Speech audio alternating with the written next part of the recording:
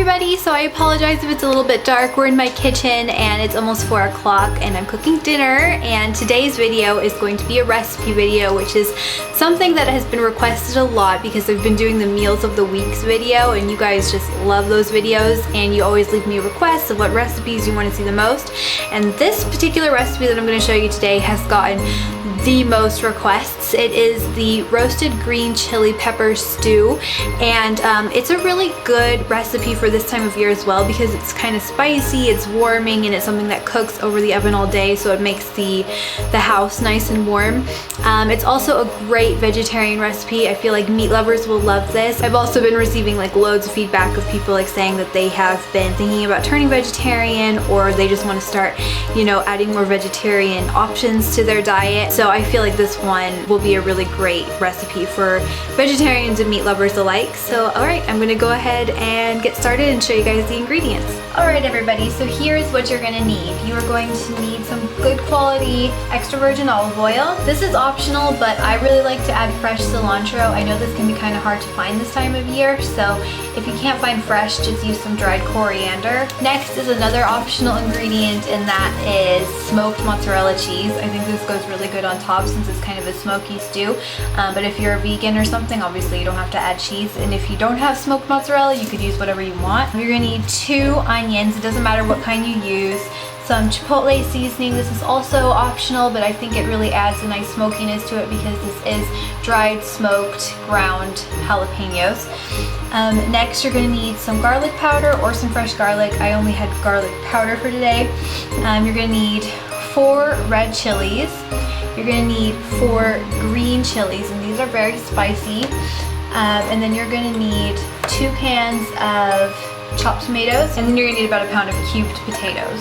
Next step is we're gonna work on our bell pepper and chili. As you can see, I have halved the bell peppers and I've taken the seeds and the fleshy bits out of the peppers, and I've just faced them skin side up.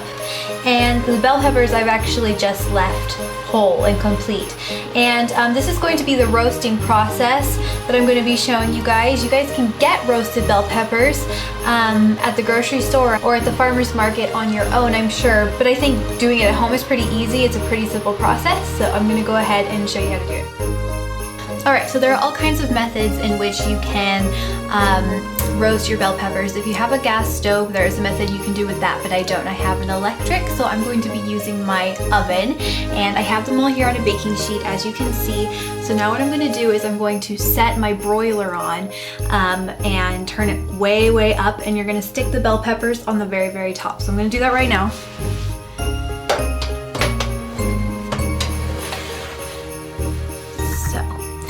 You guys can see that my bell peppers are on the very, very top, and what's going to happen is they are going to start like turning black and getting kind of charcoaly, or not charcoaly.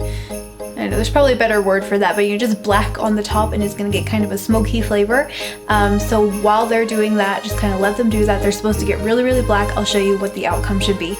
So the chilies finished first, and here's what they look like. As you can see, they've got black, whatever you want to call that, all over them. So now while they're still hot, I'm going to place them in a plastic baggie. And the reason for this is I'm going to actually be removing some of the skin. You want them to be like soaking in steam so that the skin is easier to take off. Alright, so now I've got my roasted bell peppers all de-skinned and just cut up into like little slices in there. You can de-seed the chilies if you don't want it to be too spicy, but I like a lot of heat. So, alright, next is the easy part. We're just going to throw everything into a pot, and it's all just going to cook, but it is going to have to cook for a while. So I'm going to throw in the 2 onions that I've just cubed, all of the potatoes, the fresh cilantro.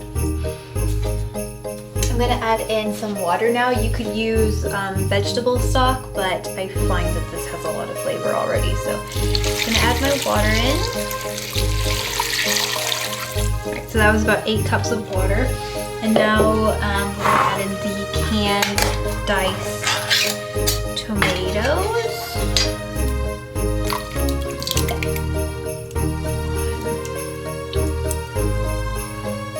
Go ahead and stir it up.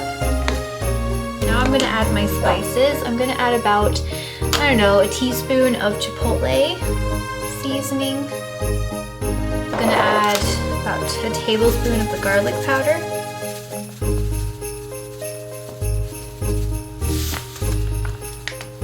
And give that a mix. Coarse salt and pepper to your liking.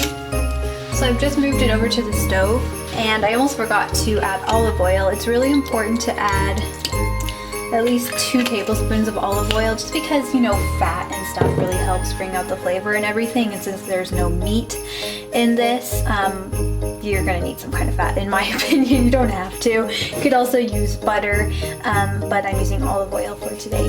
So yeah, just go ahead and mix that up and put it on high, and you're just gonna wanna bring this to a boil, and then once it's boiling, put it down to a low heat and let it simmer for at least 2.5 hours. The potatoes are gonna take a little while to finish, depending on how big you made them. The longer you cook it, the better it's gonna taste. Just something else I wanted to add. So here's the finished soup. It's actually the next day. I wanted to film it in the proper light, but last night we cooked it for about 2.5 hours, and that was just about enough. If your potato pieces are bigger, it may take a little bit longer, but it's just so good. So I'll go ahead and I will demonstrate what it's like to eat this. All right guys, here we go. This is me eating second day soup. It's probably gonna be even better today because it was like in there all night, just kind of infusing. So, oh, it's so good. It's like really for spicy food fans.